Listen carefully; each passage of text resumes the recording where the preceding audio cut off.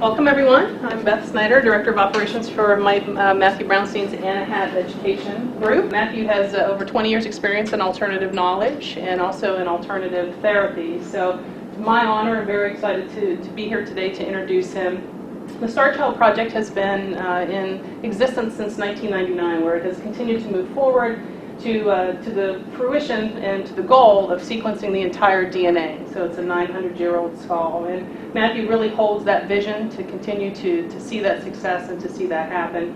That team has consisted of the late Lloyd Pye, Bray and Melanie Young, as well as Amy Vickers, the Chief Science Officer, and a slew of volunteers. So there's always an opportunity to volunteer. So if that's something that interests you, please be sure to visit our website and find out how you can participate. So I'd like to welcome Matthew Brownstein, and please give him a warm round of applause. I'm sure you guys are excited as I am to bring him up today and to know that truly we're all right now part of history in the making. Matthew Brownstein.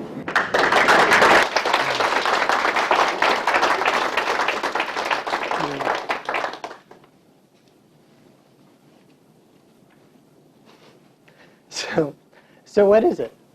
So we're all sitting here looking, we've all been staring at this PowerPoint, and we're all saying to ourselves, I hope you're saying, what is this thing? I know personally I got into this not that long ago. It's about January 2013 that I was searching around the internet looking into interesting things, and I came across this skull. And right away I just had a moment of pause. And I hope you'll do that right now, to stop, maybe take a breath and say, what am I looking at here? Right? Is it human? In February, and I'll go through a bit of the history in this, I became very involved with the project, was welcomed in very much as their Chief Operating Officer. What I discovered over a short period of time, but being very, very, very skeptical, was this is the real deal. I can tell you what it is, but I do want you to think about a few things today. Number one, what if it's not human? What would that mean? The project, as Beth had mentioned in the introduction, has been going on since 1999. We haven't reached the goal yet. So this is a new chapter in the Starchild project's history.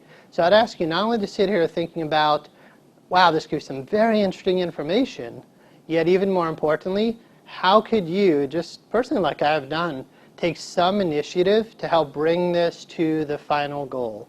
So you're here, not only I am encouraging you, if you're watching this as a video, or those of you who are here with me, to really think about, what could I do? This is in the hands of humanity. It's not something that the government has secret. So we don't know what it is, yet we certainly have some really good ideas about what it's not. And let's start to go through that. I have a whole PowerPoint I'll take you through. We'll look at the history of the skull itself. We'll look at a little bit more of the team and all of the different anomalies that make this skull, and this is actually the stereolithographic copy. It's a replica of the real skull. So we don't really take those out of the bank vault. At the end of the lecture, you'd be more than welcome to hold this. We'll take out the female.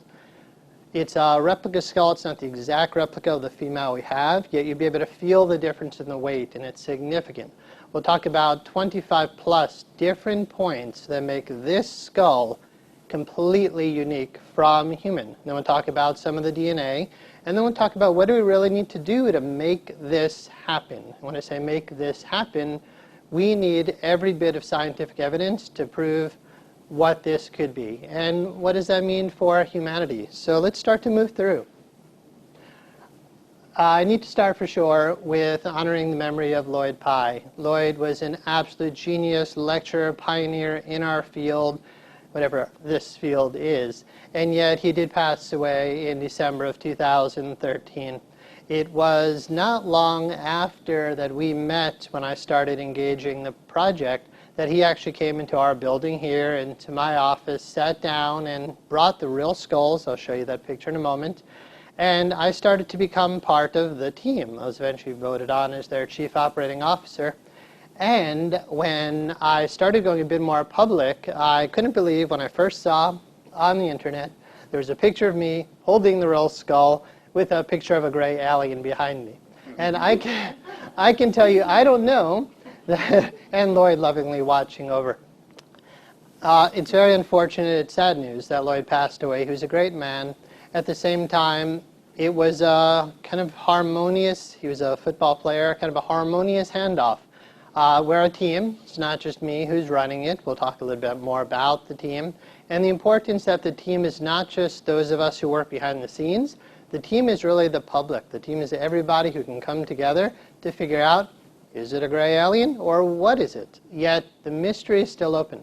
If you've been to Wikipedia, if you've watched any of the videos of Lloyd Pye, you're absolutely going to hear him discussing the concept of how he called it Wikipedia, but you cannot trust what's on there now. Okay, so if you become kind of skeptical because of that, it's really important to go to StarchildPJT.com and really trust the information that's there. Really trust the presentations that we're doing and our team. Yet this is in memory of Lloyd Pye for sure. This is when Lloyd first came to my office. We're on the 28th floor in the conference room of our building. We are up on the 34th floor. I had made a donation to the Starchild project in somewhere around January when they're asking for further help in the DNA research. Lloyd was kind enough to email me back and we started interactions. And I didn't really know how I could help. Yet he actually drove down here. They never really take the skulls out of the vaults. He came here with, those are the actual skulls you see in the image. He came down here with the skulls, with the replicas, with the brain casts. And I said, how can I help you with this? After a short period of time, I came up with a 15-point plan of what I felt could take it to the next level to bring this to proof of what this skull actually is. And like I said, in a brief period of time, they had welcomed me fully onto the team, and we've been plowing away ever since to make things happen. So basically, yes, Lloyd passed away.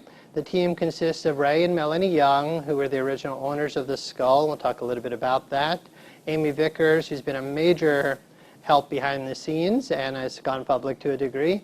And we do have a chief science officer whose name we keep public or private because his reputation is definitely at stake. Yet we have a legitimate genetics lab with a highly credentialed professional who tests everything we do to be sure that what we say is accurate and that we're doing this from a scientific point of view. The presentation now will be a bit more down to earth. I'm not here to tell you that this is an alien. I'm just here to ask you to say, what could it be? And then again, what does it mean to humanity if it is not human? Let's start with provenance. Provenance relates to the history of any relic or object from where it was found and to where it ended up. And let's go through some of that history. The Starchild skull itself was found in the Copper Canyon region of Mexico, about 100 miles southwest of Chihuahua. Now, the story goes that a young woman whose family was from Texas, she was from Texas, about 14 years old, was brought back to their hometown in Mexico, and the thing that the story always goes into is she was told, do not go into the caves or mine tunnels in the area, strictly prohibited. And of course, what always gets a little chuckle is a teenage girl needed to go into the caves and mine tunnels when she realized that this was something she wasn't allowed to do. She took a little basket with her and walked into what was probably a cave, but we say cave or mine tunnel. Close enough in where she could see, not far enough away where it was so dark, she saw a female skeleton lying there right in the ground. Next to it was a mound of dirt, and sticking out of the dirt was what she called a misshapen hand. It was wrapped around the upper arm bone of the female. Now, if you take a moment to think about what could have happened there, the being that we're calling the Starchild was buried in a very shallow grave. A woman lying next to this being took this being's arm, wrapped around her arms, and laid down there, and eventually died. Now, I don't think she could have just laid there still for all that period of time. So the speculation is that she was very, very sick and died very quickly, but she was laying right there, as we know, in a prone position, or she committed suicide. We don't really know what happened. The relationship we do know, most likely, genetically from what we've seen, is she's not the birth mother of this being. Yet we do know that she's a female. We know that both skulls that we do have possession of are carbon dated at being 900 years old. The teenage girl who found these, she brought them in a basket down to an arroyo, and I'll show you a little bit of the area just so you can get a feel for what this looks like. An arroyo, in case you don't know, is where water rushes through regions. They have this out in the west in America, down in Mexico, I'm sure all over. She hid them underneath the tree in the roots. Waters came through for 3 days, torrential rains, supposedly washed away all the bones. She goes back after a period of time and goes searching, and all she can find are the 2 skulls and the upper right jawbone of the Starchild skull itself. So fortunately, we do have that and some of the teeth, which have been very helpful in the research. She held on. She managed to get them back into the States somehow, and she held on to them for a good 30, actually way more than 30 years, up until the time of her death. So this was in the 1930s. When she was on her deathbed, somewhere in the 90s, she actually asked some friends, would you take these skulls? And they said, well, you know, you're on your deathbed, so sure. They held on to them for about 5 years, but they didn't want these strange things anymore in their house, so they gave them to a couple named Ray and Melanie Young. Ray and Melanie, or Melanie, at the time was a neonatal nurse. The moment she looked at the real, this is the replica, when she held the real skull, she said right away, there's no way that this is a human deformity, that this thing has to be something very unique. At that time, long story short, she called in, found out about Lloyd Pye. Lloyd, being a major researcher in alternative knowledge, was really able to take on the cause for finding out what this is. He said, it's probably human deformity, give me 6 months and we'll figure it out. And now it's been a good 14 plus years and the mystery is still open. Genetic evidence that occurred in 1999 in the information on Wikipedia, I can tell you and we'll go into, is not accurate. This is still a mystery for sure. I think it's really helpful to get a feeling for the fact that these aren't just skulls. These were people. And to empathize with, connect with those people a little bit. So if you think about back then in the 1930s, this skull was found.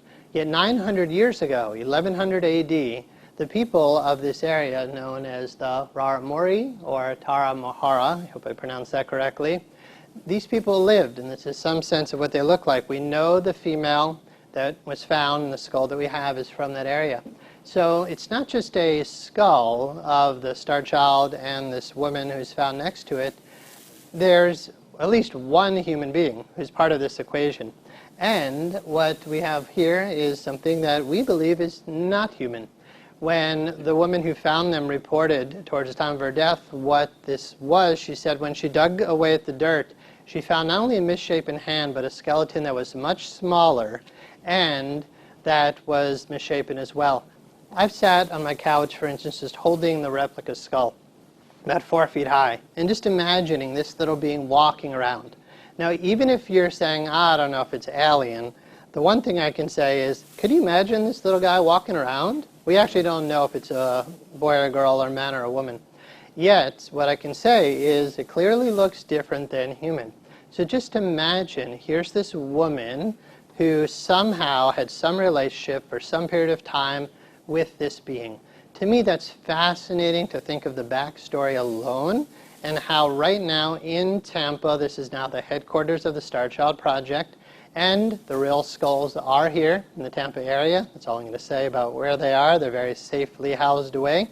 And the replicas are right here for us to talk about and for you to handle afterwards and get a real feel for the difference between Starchild, that's what we call it now, and the human female skull. Another image of what this woman may have looked like, and the region. So people have quite often asked me when I've been on radio shows, so can you go back and find the other bones? Now, those of us here in the United States, in Tampa, Florida, those of you who've been out west, if you know the Grand Canyon, could you imagine if someone said, go find bones in the Grand Canyon? There's a cave somewhere in the Grand Canyon or some arroyo, and you can find the bones. So in case you have that question by the end, I can tell you the answer is definitely there's no way we're going to be able to find the bones, yet the concept is we're really interested in proving what this is. Intuition. Again, if you stop and just let go of your intellect, let go of being analytical about this, let go of any sense of overly skeptical, right? So come in with somewhat of an open mind, some sense of, even if you're willing to, a beginner's mind. Whether you're a scientist, a doctor, you have background in some type of critical thinking, I believe your head can get in the way of something that part of you already knows. Right? Sometimes our first impressions speak a lot. I'm going to show you some slides that do not have any captions and just ask you to right now look, and you don't have to answer. Does that look human? If you really just listen to your own inner guidance, your own gut feeling, the part of you inside that knows when something's true and not true, there's a part of you which is not scientific, but that you can trust. Now again, I'm not just here to give you this information, it's already on YouTube. When I came on board, I realized where the project was at. I realized I needed significant fundraising to sequence the entire DNA of this skull. And it's the only way that hardcore mainstream science in the entire world will be able to be convinced that what we have here is not human. Now, part of that concept is three major words here.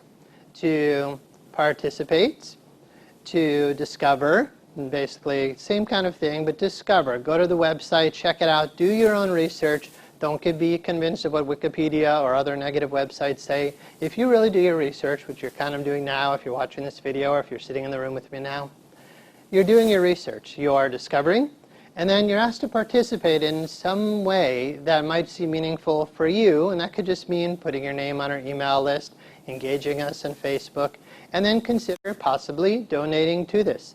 There is the concept of finding one person who's going to come up with a very large sum of money who will make all the research happen.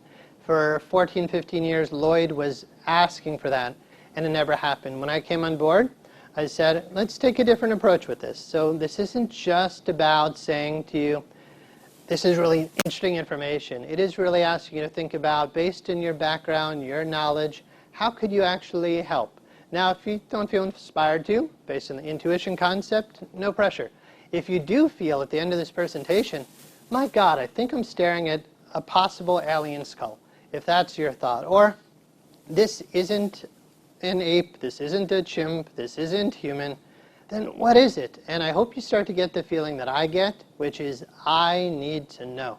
There was actually a moment when I was teaching in this room specifically because something was wrong with our computer connection, I believe, upstairs. So I came down to this conference room, and I actually received an email that day from Lloyd Pye. And it was, I think, the first time he engaged me back.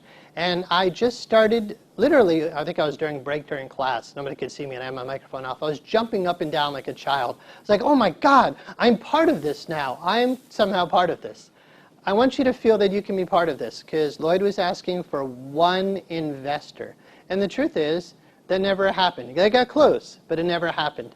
This will only happen through community. It will only happen through the crowd. It will only happen through the concept of what's called the tribe, where a lot of people get together and they make something happen. I hope if you're watching the video, or those of you who are in the room now, that you don't feel like I'm being overly pushy, but the truth is, all we'll have is intellectual information for years. I have a student of mine who just emailed me last night. He was, I don't know how he maybe was Googling my name. He saw the image we saw before of me on Veritas Radio with a gray alien behind and holding the actual Starchild skull. And his language was colorful. But basically he said, he goes, my God, like, I've been following this for 10 years. I can't believe you're involved with this now. And I'm like, you know, can you feel the excitement? Can you get the sense of what could this be? So let's go through some other images without going into detail yet. I ask you to think about, what do you feel in your heart of hearts, in your gut?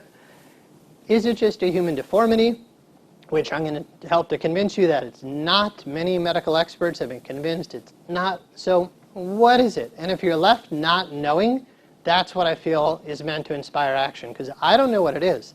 All I can say is I'm convinced it's not human. And I'll tell you why I'm so convinced. Here you see a side view. Again, doesn't quite look human. We'll go into all the details why, but just take it in for a moment from your own inner feeling. Right? You can look at this information, go on the internet, and just brush it off. And you know, we've had people, we certainly look at our Facebook and email responses and other people's websites where they easily brush it off for any number of reasons. If you do your research or just listen to your own inner guidance, something inside says, there's a human and there's something else. Side view, completely different. I sat down with a neurosurgeon when I became involved in the team as part of the team itself, and I needed to be convinced. So I actually brought him the replica skull and a normal human skull, which he's very familiar with. He's a brain surgeon. And I said, what do you think? I'm about to invest enormous amounts of time, energy, money, and reputation to help this project. What do you think? And he said, I've never seen anything like this. He's like, look at the back of the head. The female skull is a skull that was cradle boarded. We'll talk about that later. That is a physical way of deforming a skull. Again, we'll get into the details later. The Starchild skull, I said to him, do you believe this is a human deformity? He said, I've never heard of or seen of a deformity like this. He won't let me let his name go public, but an actual brain surgeon. You know, he's looked at God knows how many skulls. He said, I can't believe how flat the back of the head is. And the more you look at it, just start to take in, without me going into details, even if you weren't a brain surgeon. Right? You don't need to be a rocket scientist to know there's something interesting here. There's the back. It is human-like. Yet I'm going to go through 25 plus differences that are going to show you just on the physical level why we believe it's not human. Here's an overview. Just simply take it in for a sec. And then again, I'm asking you to think about deep down inside, just from your intuition, do you feel it's human? If you can kind of check off the box there to say, I don't know, just by looking at it. I had a web designer when we're talking about getting all of this going. There's a new website that's up now, StarchildPJT.com. Amy Vickers, who's one of the major StarChild Project team members, very influential in helping to make the new site what it is. And when I had a web designer look at this, his first impression, he goes, my God, look at those eyes. He said, I don't know what that is, but that's not human. Okay, so that's the first major point here, intuition. What do you feel within yourself? Beyond that, let's start to go through some of the major physical differences. There was scanning electron microscope testing done back in the day that was able to actually look at some of the biochemistry, the elemental analysis. You will see a human and a Starchild skull, the Starchild skull. And I didn't know, I had to look pretty deep into it to find out, was this actually just a human who is modern, or was this actually the 900-year-old female skull? Remember, both skulls are carbon dated at independent labs, 2 different labs, at 900 years old. This is actually the chemical composition of the female skull that you were just looking at. Her carbon and oxygen are where you expect them to be. The carbon and oxygen of the Starchild are peaking much higher, and the phosphorus and calcium of the human are far higher, and in the Starchild they're actually much lower. What we've just found out, and we're looking into it now, is there's much bigger leaps in scanning electron microscope technology to help elemental analysis. So we're most likely going to do that as one of our side steps of the DNA sequencing, because if you have a completely different elemental analysis, that shows something pretty significant. If our laser pointer's working here, there's another little peak right here. I was told it's probably carbon, but it's not labeled. But you'll notice it's not there on the female. There's a little spike here of aluminum. Yeah, supposedly that was from the Dremel blade that cut the skull. But at first that was pretty interesting. Like, wow, this thing is filled with aluminum. But most likely that was from but it was the same blade that they attempted to cut at first. Eventually, and we'll go into this, they had to use a diamond-coated blade to cut this skull because it is incredibly strong. One of the times that they went to cut through this skull, the blade literally bounced off the skull. It is remarkably strong for many different aspects of measuring strength. These are CAT scans of the 2 different skulls. You'll see it's half as thick as normal human bone and uniformly thin, unlike human bone. So the top image is the Starchild skull. Very, very thin, more porous, lighter, yet stronger. And look how smooth it is. And again, kind of trust your intuition here, because I'm going to stack up a lot of points about why it's just not human. And yet, it doesn't matter how many of those you stack up, it's only the DNA that's going to be able to prove to the world that this is not human. But we do have a lot of CAT scan images that show us differences. So kind of stack these up in your own mind. You might even count them. I think there's about 27 major differences here. In all bone, there's what's called lacunae. There are little holes, you'll see them clearly on the female skull, where blood vessels, nerves, and the cells that create and break down bone are constantly moving through bone. Bone is made of cell. It's constantly regenerating itself. And if you look at the Starchild skull, they're virtually absent. Now, the word virtually means pretty much doesn't exist. But virtually is when, well, could be there. Dr. Ted Robinson is still a major part of our team. He's been around since 1999 with us. He's a craniofacial plastic reconstructive surgeon, now retired. We've done multiple interviews together. We've had a lot of conversations. I've asked him so many questions. Back in around 99, the skull was actually brought to Dr. Robinson, and he brought it to a team of about 11 of his different colleagues to examine it. They ruled out every known type of deformity, and up until when I did my most recent interview with him, I said, so do you feel that this is worth continued research? He said, in my lifetime, I need to know what this is, because and we have this quote all over, but he basically said the same thing again, after 40 years of being in this profession of craniofacial reconstructive surgery, he's seen every deformity basically known to humankind. He said, I've never seen anything like this. He said, I'm a scientist, I'm a medical doctor. I'm not going to say it's alien, but I will tell you, I've never seen anything like it. I don't believe it's human.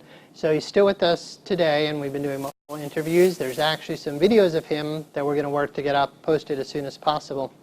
He said to me, there's probably lacunae. There has to be for blood and cells and nerves to move through. But there's a real big difference. And if you just take the time to look again, kind of feel it out beyond just your intellect, virtually no lacunae on the Starchild skull, just when you look at the surface itself.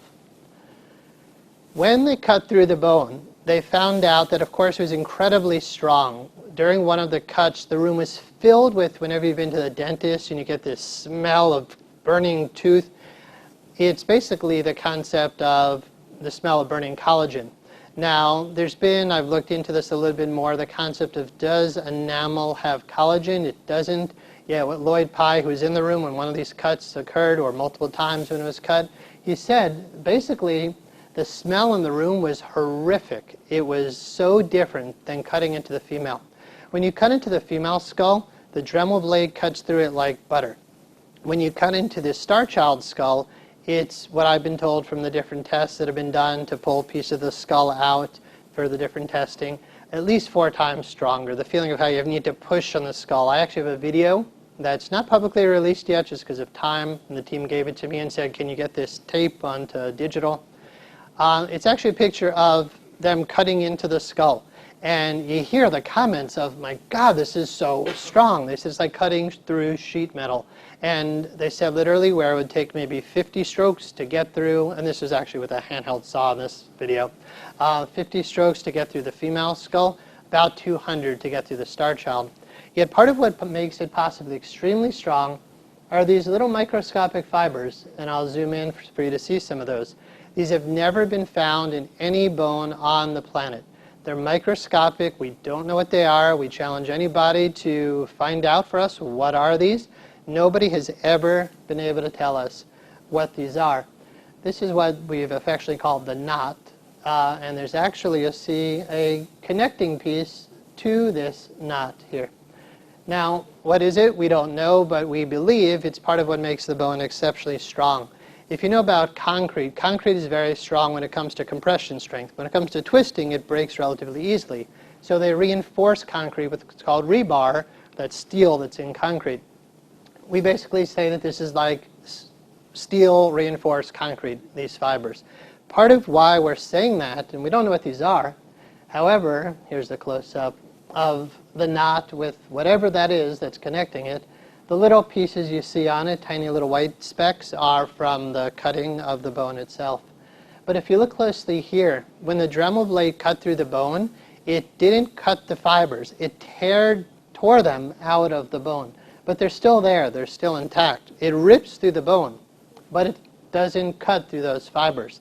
We don't know what those are. Yet when the DNA testing wasn't looking so good at one point, when this came around, it was a whole new feeling for the Starchild project of, okay, good, we are onto something, because nobody can tell us what these are. Also, when they cut into the bone, they started looking very close with a basic microscope, not just scanning electron, To the left, you'll see the female skull. It looks very different than the human skull as far as its color. Yet when you look very close, on the right here, you'll see the Starchild skull. Inside what are called the cancellous holes. It's where the blood vessels and blood and marrow moves through. 900 years after death, there shouldn't be anything in those holes. There's something called the bacteria of death. It literally will eat away at everything in your body. Your body has it in there right now. The moment that your body dies, the bacteria go and start eating it away from the inside. And then, of course, everything from the outside wears it away. Basically, these inner bacteria will eat everything away clean, and you see that in the female skull. In the Starchild, there's this strange red residue. Here's a close-up. And again, nobody can explain what that is. The new scanning electron microscope studies that we're hoping to do have the ability possibly to analyze what this could be. Again, we haven't done this yet, but it's exciting because they can do an elemental analysis in the way they couldn't do back when these original pictures were done. So we don't know what this residue is. And again, it's basically microscopic. We've talked to mycologists, people who are very familiar with bacteria, and they just said fungi and mold. Never seen anything like it, cannot understand why that would be in there. Again, what does that mean? It just basically means there's significant differences for human. When Dr. Robinson was with his team of experts examining this, one of the experts on the team started looking at deviations from the norm. If you have a normal human, you'd say that's at 0.0. And then if there's some type of deformity, you might be talking about 1 deviation from the norm. If it's really significantly deformed, maybe 2, maybe even 3, I believe. The Starchild skull is actually 10 deviations from the norm. This convinced the whole team this is off the charts, not human. Literally think about 10 deviations from the norm, unlike any of us here in the room right now. This is an X-ray. The X-rays were done right away. The moment that Melanie Young handed the Starchild skull to Lloyd Pye, I'm going to all the names, but some other people drove it down to a place where it could be X-rayed. And the thing you see right away, no frontal sinuses. Now, if you've never heard this information before, and even if you have, take in for a moment how significant this is. Everyone sitting here in this room right now, most likely almost everybody watching this video, has frontal sinuses. Your sinuses aren't for when you get sick and get stuffy. Your sinuses are to resonate your voice. The Starchild skull doesn't have those. Now, to me, when I first heard that, that was off the charts, crazy, just enough that alone made me say, well, how could it be human? There are cases where human beings cannot have frontal sinuses. Most of the time, if there's some type of problem with the sinuses in their growth in early stages, there'll at least be vestiges of those. So even if somebody said, I don't really have frontal sinuses, you'll probably see some little trace of them. Here, no frontal sinuses at all. There are implications of what that means, some speculation that we can go into once I've built up a few more points. Also, you'll notice at the very top a crease at the sagittal suture. If you look at my head or anybody else's head, our head is rounded at the top. This head goes in. Why would the sagittal suture, why would the crease here go in? Now, cradle boarding can't do that. Hydrocephaly can't do that. Progeria doesn't do that. There's no known deformity that, not that there aren't deformities that might do this, but there's no known deformity that does everything that we talked about so far. Right? So the ones that have been brought up that we'll discuss, hydrocephaly specifically, hydrocephaly is what's called basically water on the brain. It's a buildup of cerebral spinal fluid that causes the skull to expand. And again, we'll go into this in depth in a moment, a little bit later. If the skull was expanding because of cerebral spinal fluid, it couldn't have caused a crease there. It would have ballooned out in all directions. And again, that's a major difference from us and the Starchild skull. Here you'll see the female companion skull, as we call it, and it's really wonderful to have this because if you could only compare the Starchild skull to a modern human, you wouldn't have something of the same age. They were both found in a cave or mine tunnel. They were both preserved in the same exact way, and they're both 900 years old. So they're very good to compare. You're looking at not apples and apples, but at least something of the same age.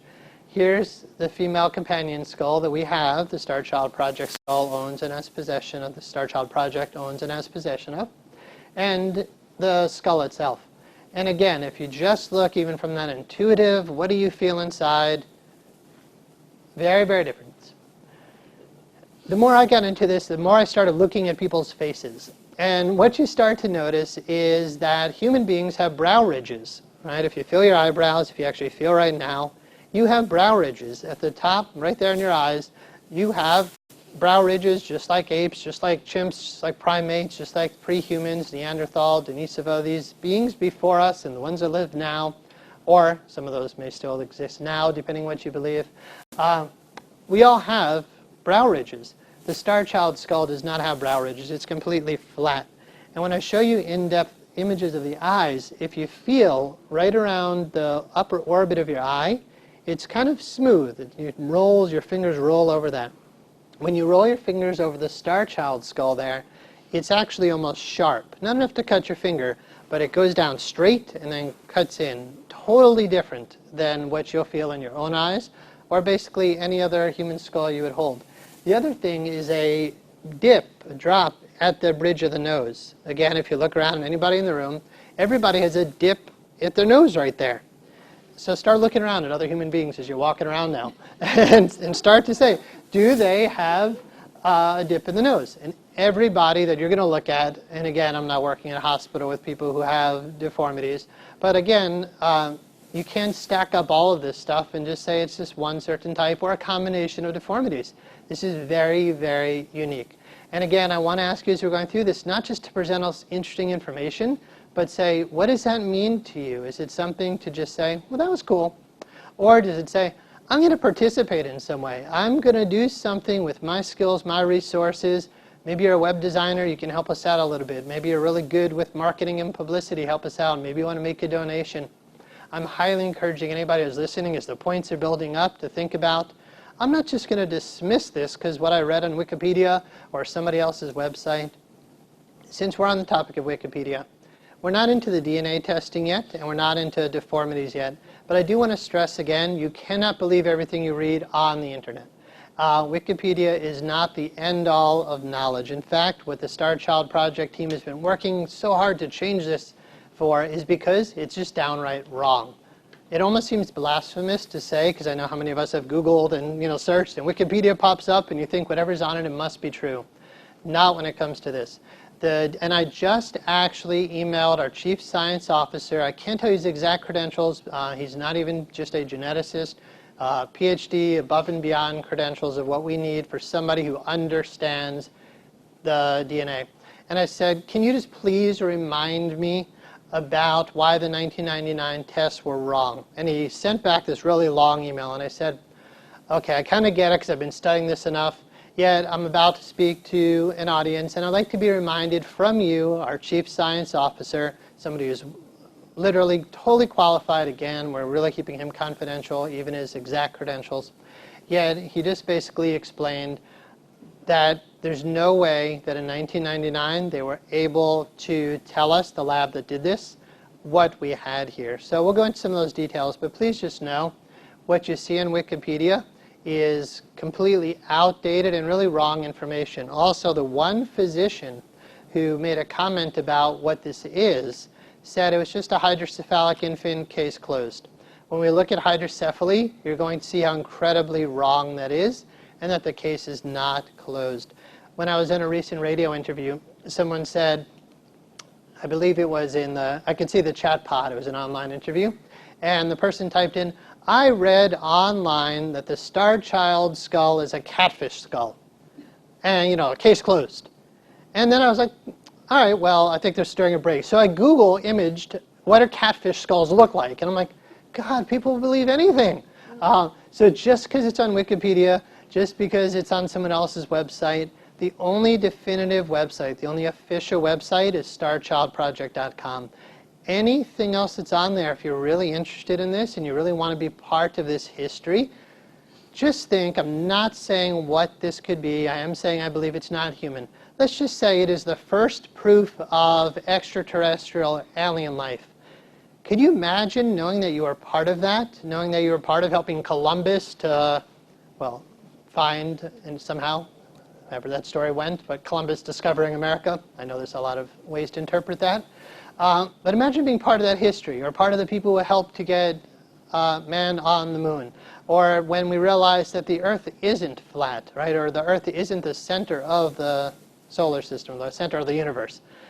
This is that next step.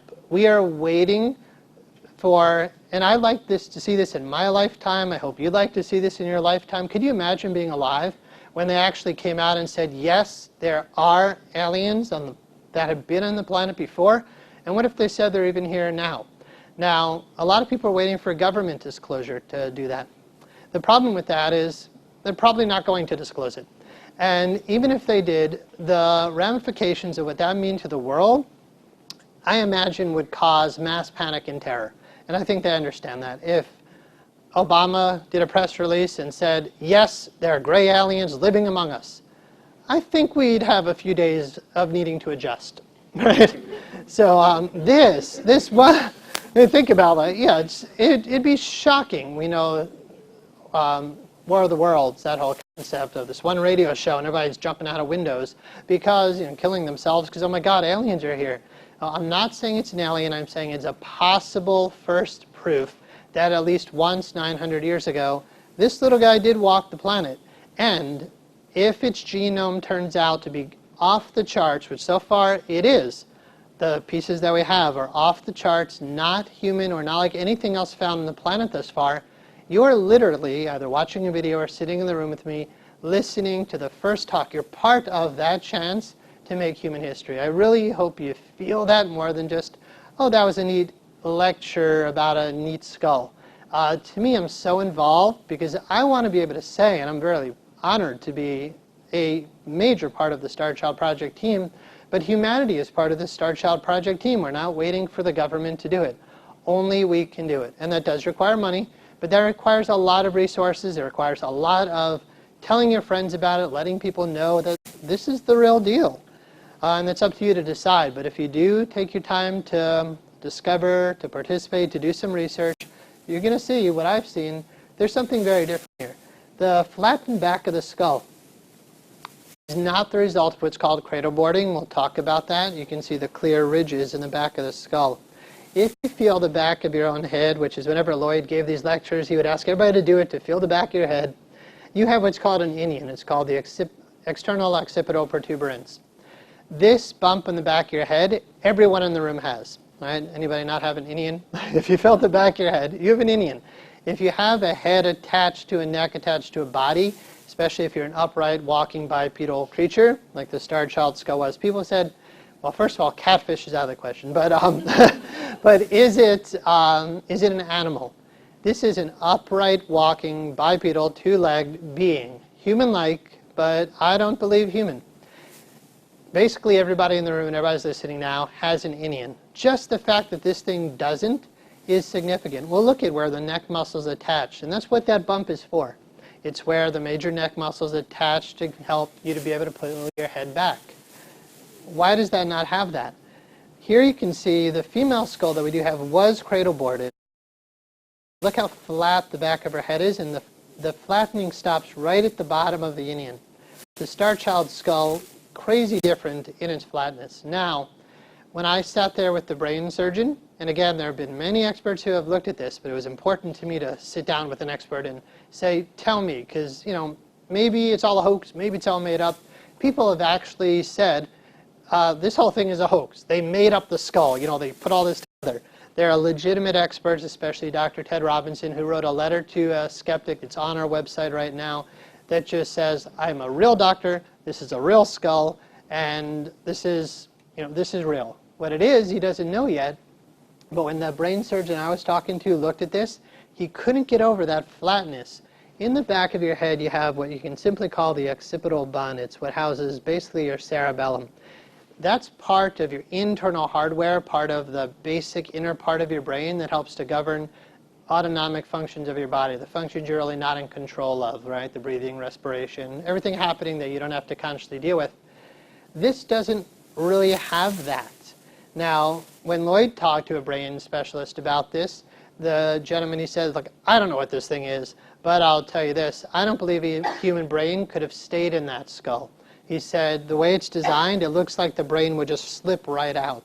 Your brain basically is held by this whole occipital region. Starchild doesn't have that. The neurosurgeon that I talked to, he said, well, the brain actually has, he just used the word dura. I looked into it. There's other words for these different layers. But basically, there's a layer around the brain that could conceivably have held it in the skull. However, there was another medical expert who did say, I don't see how a human brain could fit in there, which means that the brain could be a very different substance than human brain. But again, we don't have that. We have brain casts that you'll be able to see at the end of the lecture. But as far as what is the brain made out of, we don't know, but we do know about its size. And let's see, I'll cover the size of the brain now. I believe we're going to get to it. The female skull that was found next to it is 1,200 cc's. You pour bird seed into it, pour it back into a beaker, and measure. That's the common average size of a woman 900 years ago in Mexico. Most of us here now who are listening have about a 1,400 cc cubic capacity of brain. The Starchild skull is actually 1,600 cc of brain, significantly larger brain. Not just bigger skull with extra space. We have the brain cast. We know we have 1,600 cc of brain, literally a third larger than the skull that was found next to. And I'm sure you'll get an image of that if you haven't already. The inner ears are twice as large as humans. I personally can't read CAT scans, but I can tell you the experts have clearly looked at these and said, inner ears twice as large. Why would that be?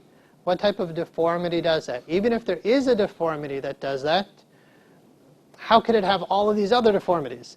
Right? So why would the inner ears be so big? We can speculate on that, and actually can speculate that from the alien point of view, but again, keeping it a little bit more down to earth and mainstream. I just want you to see the difference between human versus Starchild. The inner ears are also much lower, although I couldn't get a really good picture of that for this presentation. It's half the weight of human bone. The first thing you notice, I had somebody before the lecture hold our replica skull and the replica skull of the Starchild, the female replica and the Starchild replica. And the first impression right away is, my God, it's literally half as light and far stronger and far thinner. And here you can see the difference. It's really kind of a shame that they had to cut into the bone that much. If you see the actual original Starchild skull, it's been cut into a lot for the DNA testing. And we've been told by a company we work with that they can repair those. They'll look pretty good, because someday this should be in a museum. Right now it's sitting safely, very safely locked away, the safest way we could store it. And it shouldn't be there. It should be in a museum. Those of you who have children should be able to walk into a museum and say, I'd like to be able to honestly say, this is another species. If eventually the science can say this is alien, I think that would be fabulous, right? Where you can go in and say to somebody you're really close to, I sat in a lecture, during that day, back when, and now here it is in a museum, proven. Right now it can only be safely stored away until we can sequence this. Any further testing would mean a little bit of cutting into the bone. However, we have enormous amounts of data from a recent set of donations that occurred from the public who were connected to the project back in January of 2013. We were asking for slides for our chief science officer to collect a lot of the DNA. He has huge amounts of data. The problem is right now, at this time of this lecture, we don't have the funding to pay his genetic lab to put it through a supercomputer to start to get some sequencing. It's going to cost about $75,000. I hope by the time you're watching this video, we've already done that. Right now, this is where we're at. We've raised a good chunk of money towards it, yet we're not there yet. As soon as we are, that's the primary place it goes. All donations are going to research. None of us on the team are taking any money from this at all. And some of that money will go back into marketing to get the word out even more. Yet, it doesn't take millions of dollars to keep the project moving. It could take a good $1, $2, $3, could be about $3 million to be able to sequence the entire genome to prove to anybody with any level of skepticism the entire genome is not human. Yet what could happen now with the amount of data we have, once we have the funds to put it through basically a supercomputer, we could actually show something pretty significant in a very short period of time. And the new scanning electron microscope technology can show an elemental analysis that the biochemistry is off the charts, not human. So anyway, at least half the weight of human bone. Here you see a close-up of the difference, and far stronger than human bone, as I've mentioned. Strength is measured in many ways, yet in the many ways that it's been measured, we can basically say we do have something much stronger. I believe we're looking at something that is genetically superior. Think about what if sequencing this genome could someday, might take 10, 20, 30 years for science to catch up, could figure out why the bone was so strong. Even if it's human, how did the bone become so strong? What if that became a cure for osteoporosis? Right? Having this genome sequenced literally can have huge benefits for humanity. They're doing that right now with the Neanderthal. It took $6 million to sequence Neanderthal DNA, and they are actually trying to figure out what made it stronger and superior in different ways to modern humans, and they're applying that towards medical research right now. So there's significant benefit. So whatever motivates you to possibly take action, if there's medical benefit that comes from sequencing this DNA, that could be a motivating factor for sure. If you look at the eyes, you're going to see in the normal human about 2 inches of depth. And it's very interesting when you hold the skull after a lecture. Go ahead and stick your finger right into her eye, and you're going to see your finger goes in quite far. And then feel inside the Starchild skull. This is an exact replica, same size, same shape, same weight. You'll notice the eyes are not a ball and socket. It's a completely different redesign of the eyes. At the time of this lecture, in fact, it's been posted on the History Channel on its Ancient Alien Shows, has done a documentary on the Starchild skull. If you go to the website now, you'll actually see when it's going to be airing. By the time somebody watches this video, it may have already aired, but very exciting because each time it runs, supposedly 1 million people see. And with Lloyd Pye was still alive at the time, so I don't know what they're going to do with the footage, but you're going to hear him talking about this, and then they took a good 45 minutes to film the skull in every way. Actually, he only had the replica there. We just sent them, they asked for more information today, on exact specific measurements.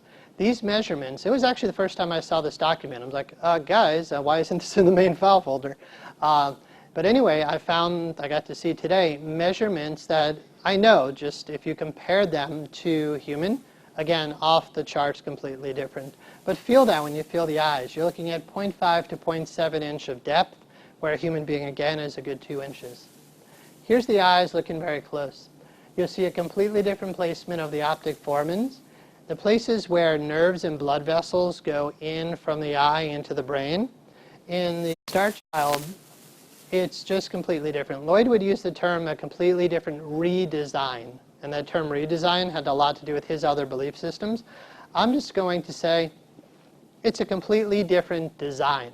If you take the time to look really close, and when I was talking with Dr. Ted Robinson, we did a video we hope to get out pretty soon. I asked him, please describe and tell me about, from your experience as a brain surgeon or as a craniofacial reconstructive surgeon, why are the eyes so different?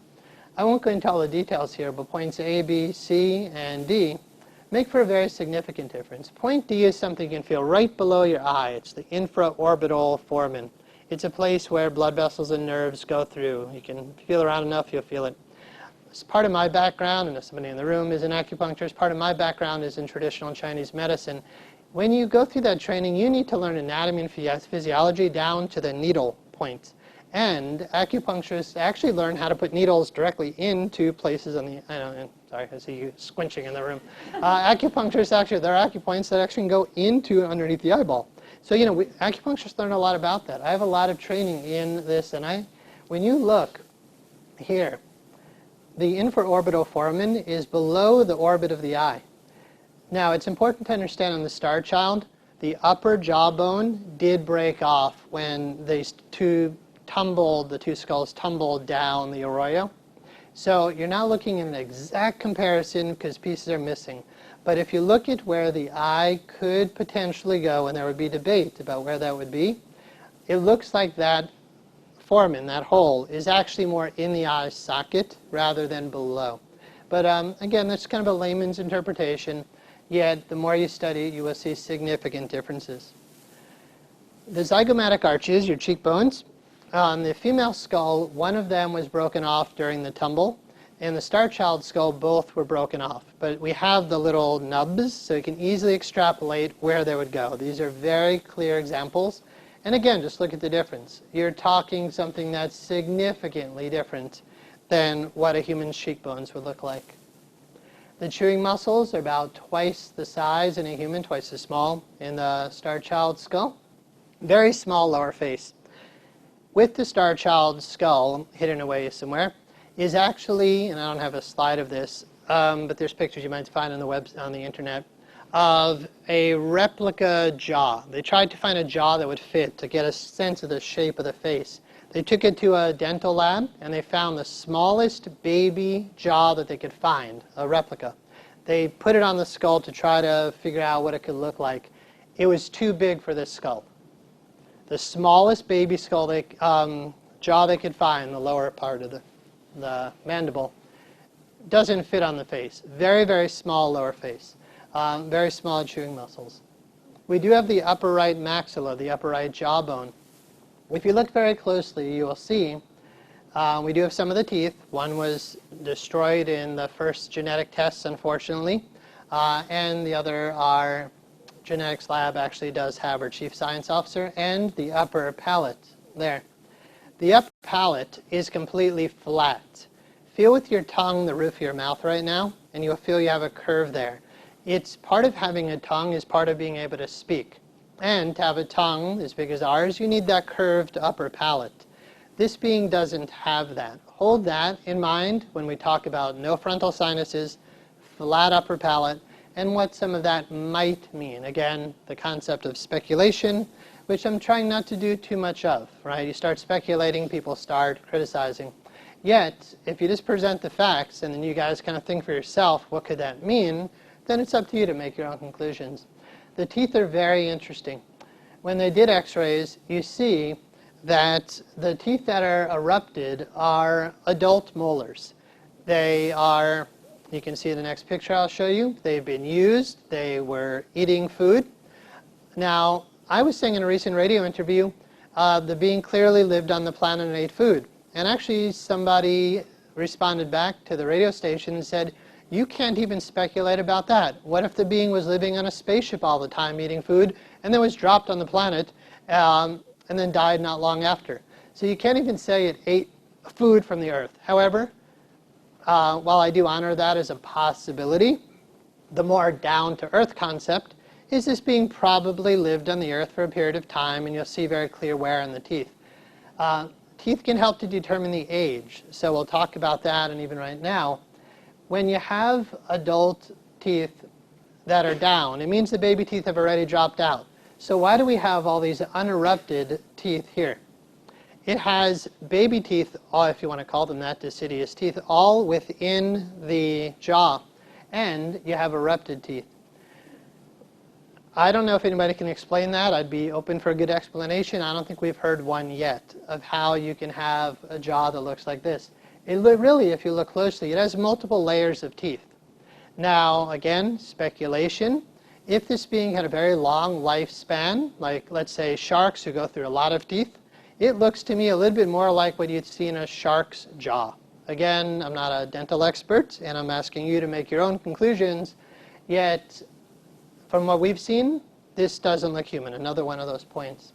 Here's a very in-depth close-up of one of the molars. You'll see what's called chipping and crazing, where the arrows are. It's called crazing, cracks that occur in the teeth. It can occur before or after death. This occurred after death. I'm sorry, before death. So the cracks and the crazing occurred before death. What this shows is the being clearly ate food. If you think about this, is found in Mexico. 900 years ago, they've been grounding corn, chewing really rough foods. The wear you see on this tooth, according to, I believe, any dental expert that's been consulted or that you could consult, will tell you this is the tooth of an adult. So when they called it the Starchild, Lloyd actually says he regrets that to this day, until the day of his passing. I know he was like, no, we're stuck with that name now. He actually said it should be called the Star Adult, because the teeth clearly show that this was not a child. They called it a child because it had those baby teeth that were unerupted. But it was a big mistake actually to call it that. And the more you put into the field of alien, the more you turn people off. Starchild, a being who came down from the stars, you start turning some people off to the concept.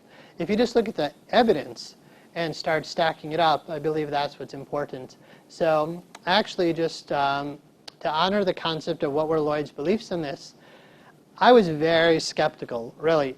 I was asking the team questions left and right. If I'm going to invest time, energy, money, and reputation in this, you need to convince me that there's every reason to do so. One of Lloyd's last emails, after countless exchanges, was, Matthew, the Starchild skull is alien. Those were his words. They're not my words. I'll just say that he believed till his very death that this being not only was not human, he was very comfortable saying, after 14 years of being with this and being with all the medical experts, we're talking about something, his words were, a clear word, alien. Clear center of balance, very different. Your face has a lot in front of the line that's there, the center of balance. You have sinuses, you have eyes, you have a tongue, you have teeth. In the Starchild, it's much more like a golf tee and a golf ball. Very much centered. Now, again, I'm not saying it is an alien, yet when you hear reports of people who have encountered such beings, you hear reports of something that look much more like this, clearly, than something that look like that. So again, I'm not saying it's alien. I'm saying I do believe it's not human, and it is a potential to show that there's no way that something could have walked this earth with normal human genes that ended up like that and function and live for a long period of time. Here you see the significantly smaller neck muscles, the connections, probably about twice as small. And you'll see underneath the size or the shape of the neck. You have pretty much what's shown here as a neck that's half the size, but a neck that could be argued to be more oval than rounded. Now, I did talk to Dr. Robinson about this. He wasn't really 100% about that it was an oval neck. Yet, you can see from the picture that hopefully does show an accurate representation. This thing called the basilar part is missing in the Starchild. It doesn't fuse into the skull until later on in life. That could mean that this being was much younger, or it just means it broke off during the fall. We really don't know. All right, let's talk a little bit about the DNA. I'm not going to go into all of the in-depth nature of this, and my experience is it's really not even worth it, especially for myself, who's not a geneticist, and for the majority of anybody listening who's not a geneticist. The most important thing is to consider the most up-to-date information. Technology has grown by leaps and bounds as far as helping us to understand what is a genome, what are we looking at, can we sequence this, what does it mean to sequence DNA. Let's just talk about the most current studies. DNA, basically, to give you somewhat of a sense of this, is what we call that double helix, where you have what are called base pairs. What we're working to do is to sequence all of the base pairs. Human beings, in your genome right now, you have about 3.2 billion base pairs. The Starchild skull will have that many plus or minus. You have DNA in both the mitochondria of your cells and in the nucleus of the cell.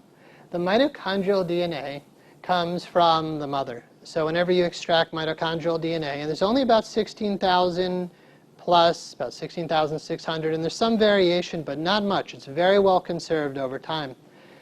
All of us in this room right now have pretty much the same exact number, plus or minus only about 30 differences, I believe, 120 max. Again, kind of layman's numbers, but a very consistent amount and small amount of mitochondrial DNA. Comes only from the mother.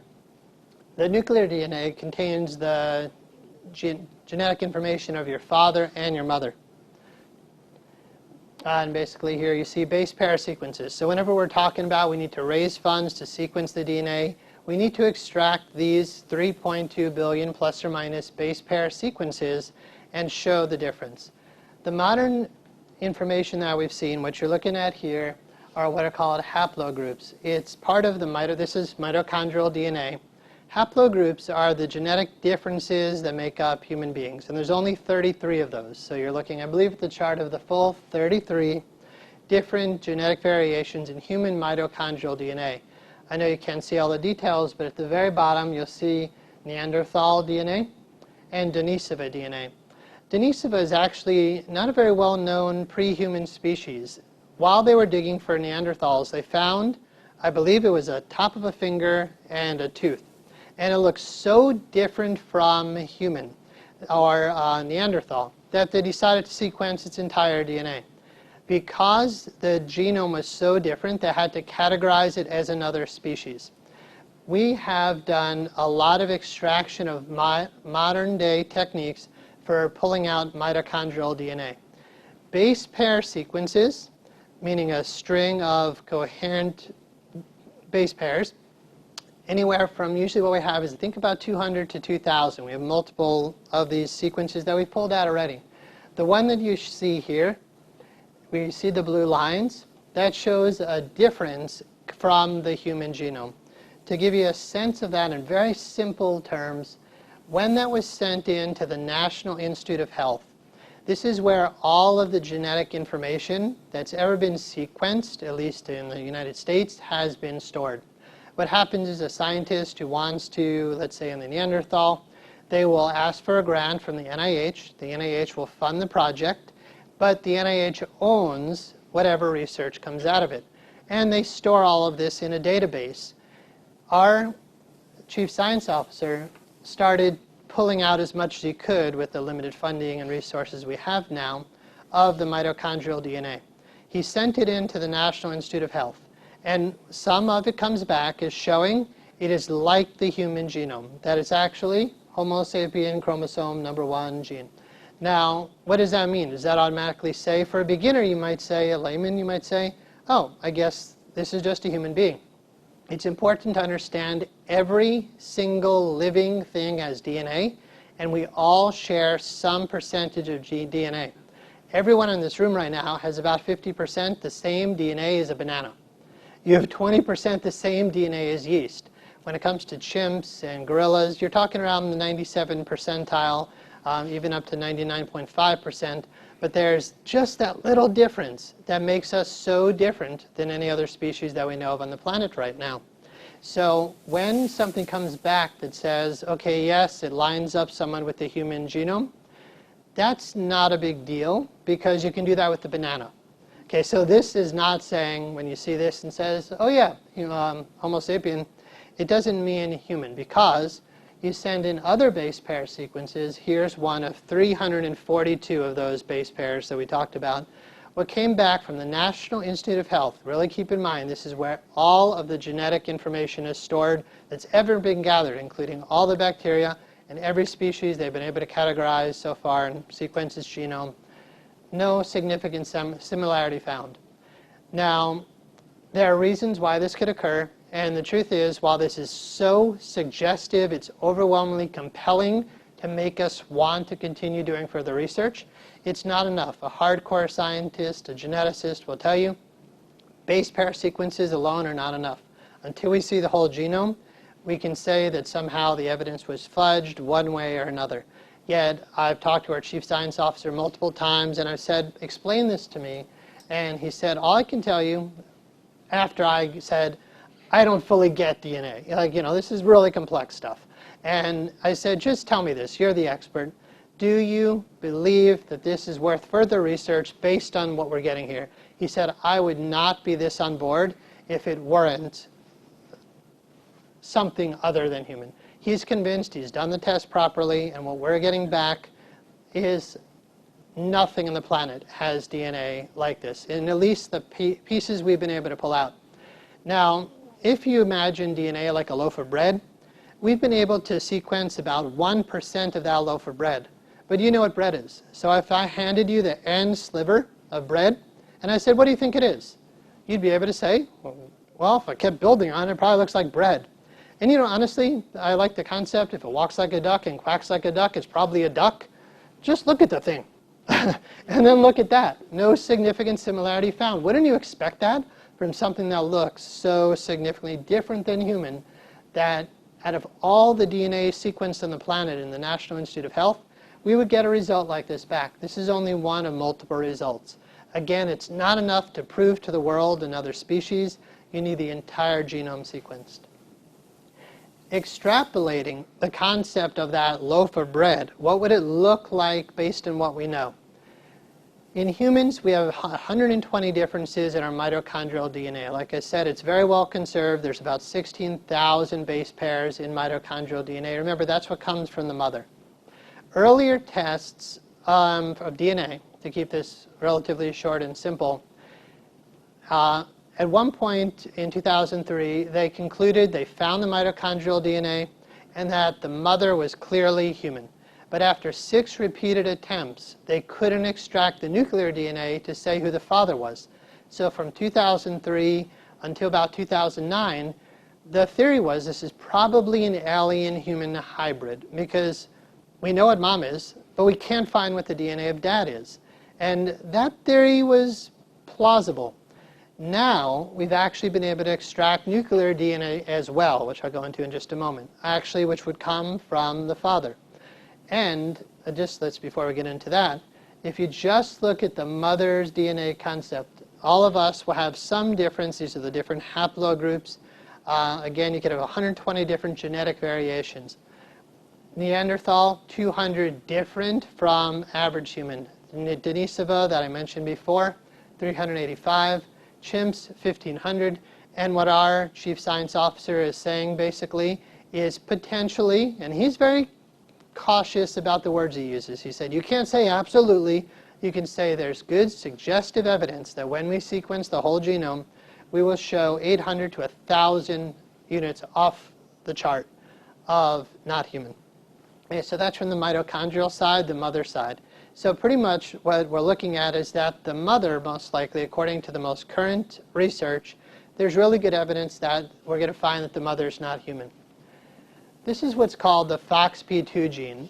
When our chief science officer was starting to really look into finding every bit that he could, he was looking through the DNA, and there's a lot of what's called junk DNA. Basically, what that means is they don't know what this stuff does. It doesn't appear like it does anything, but there are clear genes that are very important.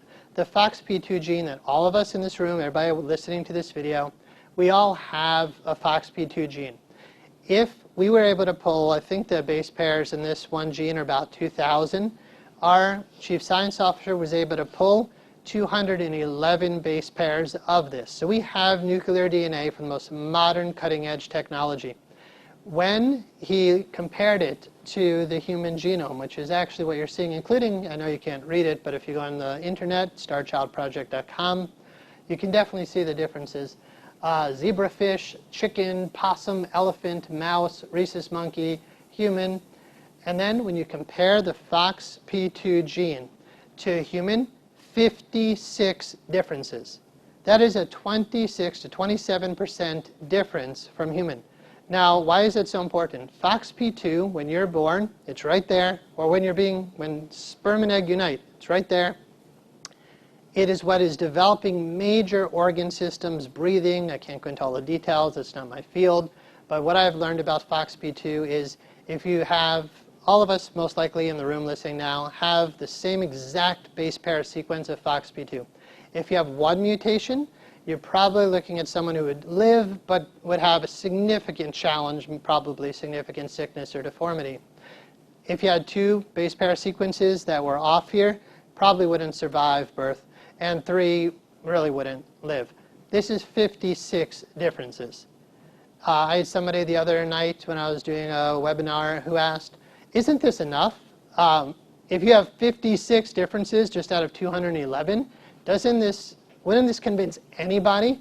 And again, we have to go back to base pair sequences are not enough. It's only the entire genome that would convince mainstream science. There are other tests that have been suggested that can be even more powerful or definitive than DNA. Our chief science officer is completely qualified to say that's not true.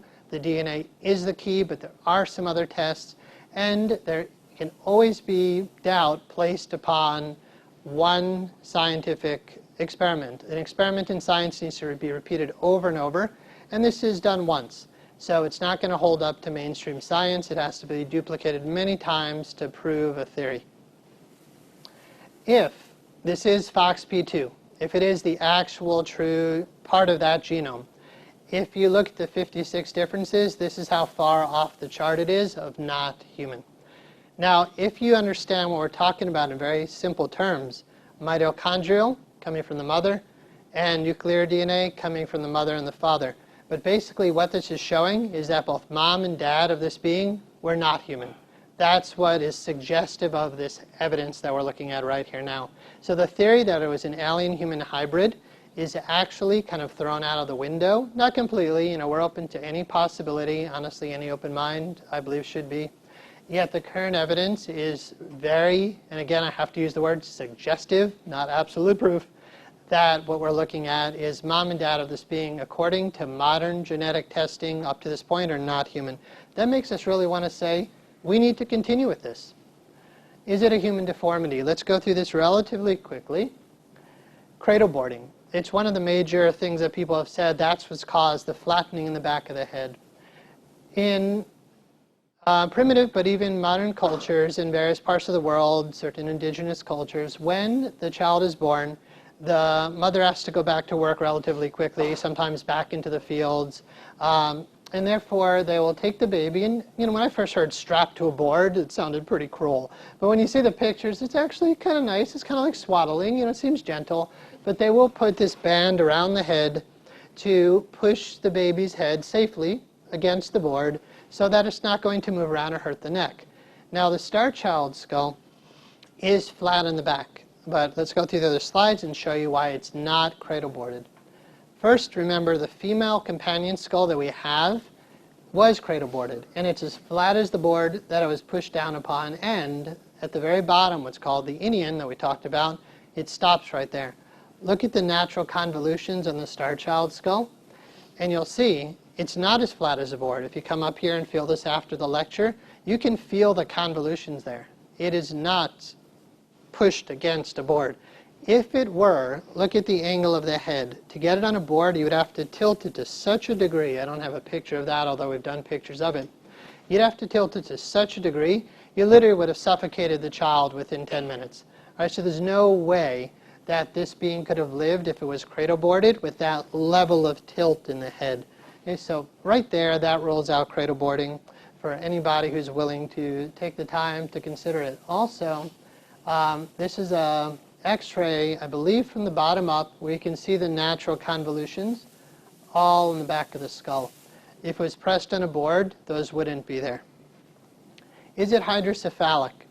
Hydrocephaly, again, is the concept of water on the brain. It's really cerebral spinal fluid that somehow wasn't able to drain down through the body, gets stuck in the head, and it can be in the brain or on the brain. We have the brain casts and we have the inner pictures, which I'll show you, of the skull. There was not water on the brain because you can clearly see the veins that are on the top of the brain and that clearly are embedded in the skull, where you can see how the veins were pushed into the skull. These are models of human skulls. Here you'll see two normal humans. Notice the sagittal crease again. Our skulls have this rounded top. This goes in.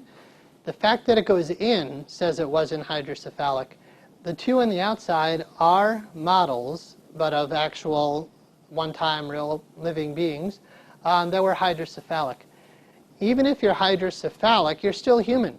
Everything about you is still human. The eye sockets, the orbits, the brow ridges, the inion, all of the differences that I mentioned show us that even if there was some sense of water in the brain, it cannot account for all of the differences. If you go to Wikipedia, you will see the general opinion is it's cradle-boarded, hydrocephalic, case closed.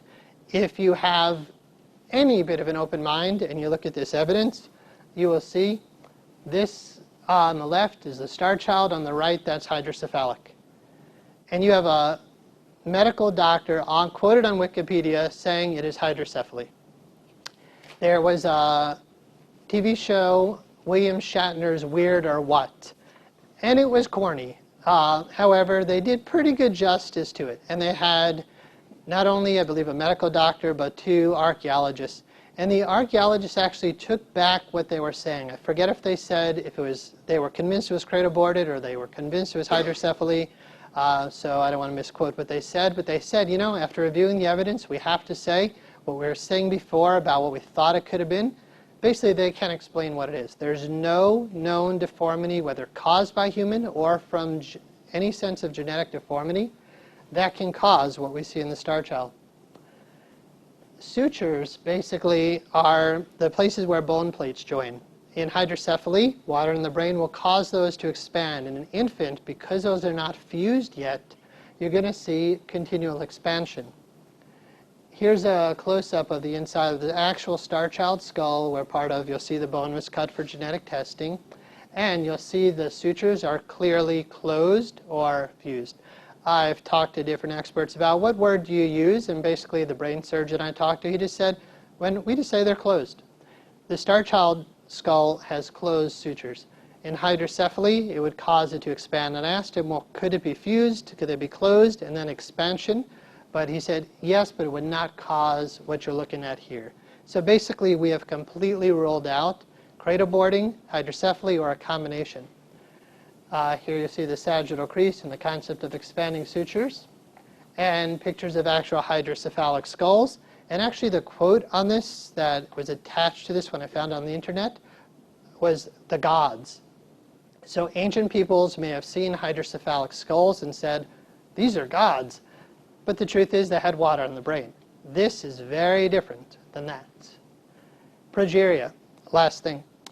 This is the one that really stumped me. I actually had to write an 18-page paper, presented it to the Starchild project team, and I said, I need you to convince me it's not progeria. This is a picture of somebody who suffered from progeria. Very small lower face, lower ears. Difference is, for instance, the brow ridge, somewhat flat in the region of the dip.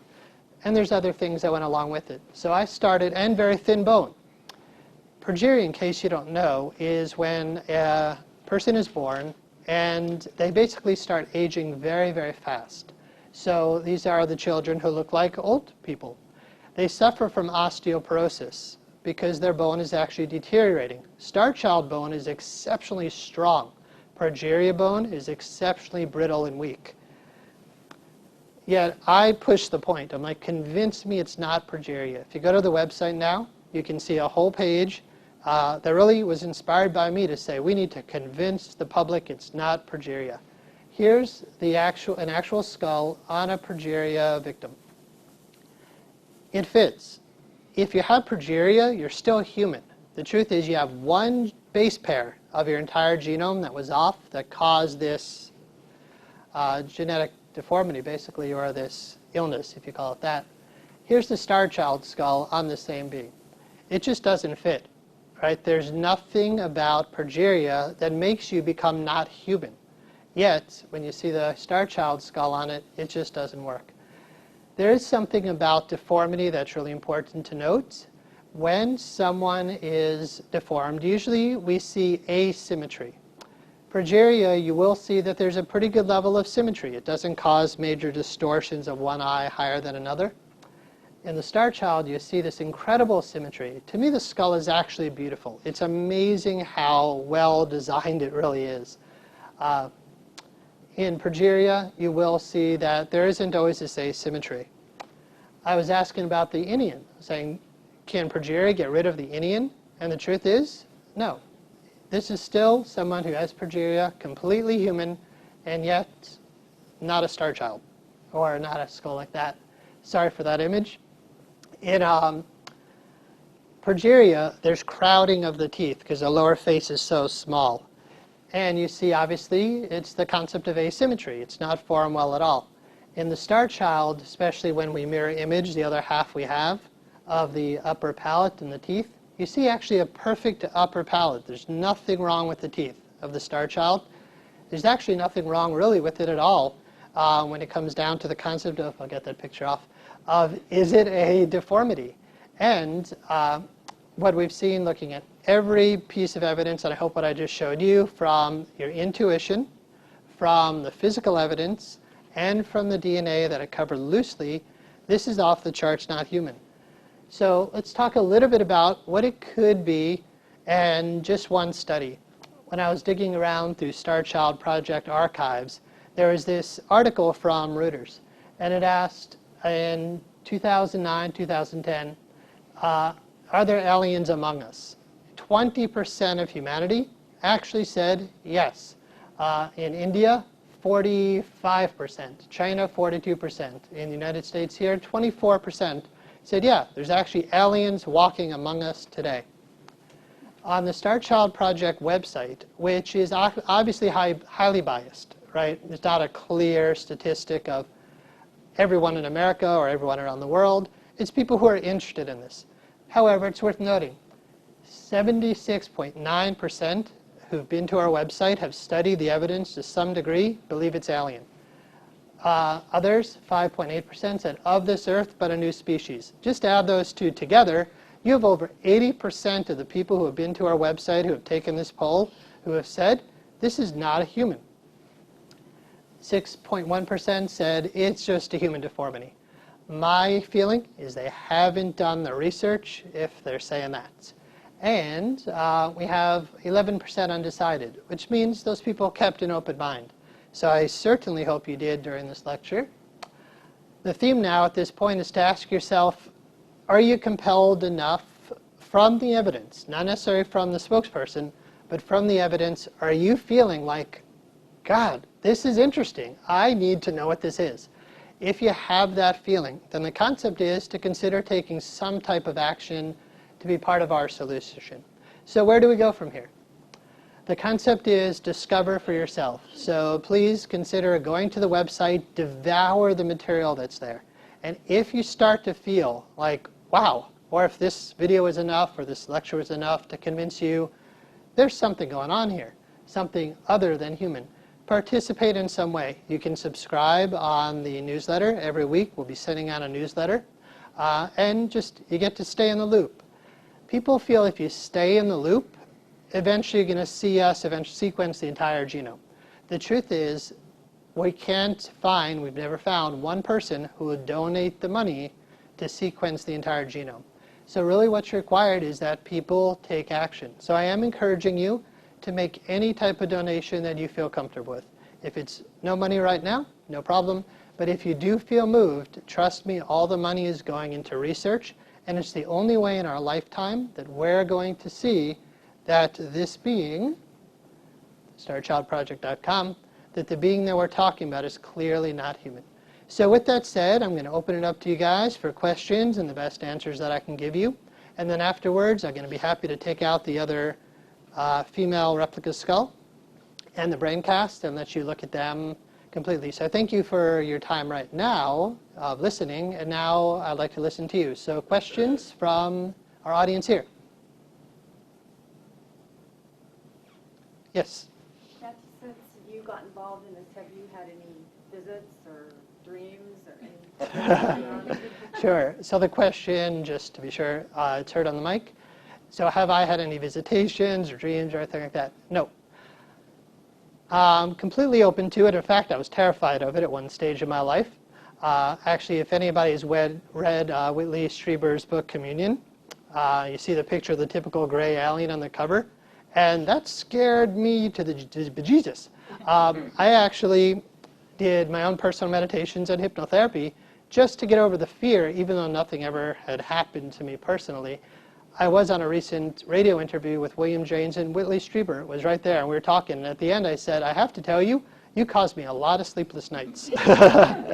But since this skull has come around into my life, I have to say, even holding it, and even knowing exactly where it is, no visits, but also back in 1999, Lloyd started taking it to people in Sedona, Arizona, who were supposed psychics. And I'm fully open to the concept, of course, of psychic phenomena. Yet all 50 of the people who held it gave a different report of what they were coming up with. So my feeling when I hold it is I look into those eyes, and it's weird, but I don't get any other real impressions, nor have I had any visitations or anything like that. I did have to get over my fear, though, of, God, what if I wake up at night and they're here to take it back? But the truth is, no, nothing odd about it except for just the concept of, oh my God, I can't believe this is in my life now. And I hope you really feel, even though I'm obviously the one speaking and I'm very much a part of the StarChild project team, we're all part of this now. So if you have a visit, let me know. Great, good. Some other questions? Yes? Matthew, what about the amazing clay artists that do their representations? Is there enough there without a mandible to buy one of those? Yeah, so did you say to buy one of those? No, No. to try to build one. Okay, gotcha, to build one of those. So yeah, the question, is there enough of what we have to be able to do either it would be a forensic, either a drawing, or a clay representation? There have been so many attempts done over the years, and you can see some of those on StarchildProject.com right now, actually. Some of them look very alien, others look a little bit more human. The problem is, most of it is pure speculation. Did it have external ears? Did it have eyebrows? Did it have hair? So we've seen so many variations. The reason you didn't see any of those in the chart in the PowerPoint here is talking to Dr. Ted Robinson, I asked him, what is your opinion about the forensic art that's come out of this? He said, you can't trust it at all. What they do is they've been trained, the ones who are really trained in this, and we work with actually one of the best professionals in the field. And even when the picture came back from her, I have to say, our team was like, you know, it's just another one of the differences of somebody who's very well trained in human anatomy. So what they pretty much do is they learn human anatomy and they extrapolate from that. Therefore, my current opinion is yes, you can get enough information, even down to the possible lower jaw. However, we can't use it to help to support our case, because some will look very human and some will look incredibly alien. And it has a lot to do with the bias of the person. Okay. Good. All right. What else from you guys? Yes, sir. Yes, great presentation.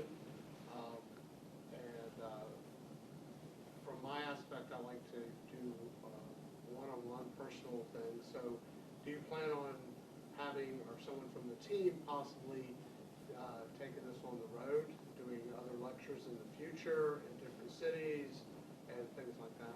Certainly. So the question, do we plan on taking it on the road? Let's just talk about kind of what is the plan. The concept is Lloyd took it on the road for 14 years. And he was out there lecturing and lecturing. When he passed away, I decided, all right, I'm willing to do what I've got to do. Also, Melanie Young, who's the original owner of the skull, is out there starting to lecture now, predominantly at the UFO conferences. What we're seeing, though, is it doesn't bring in donations.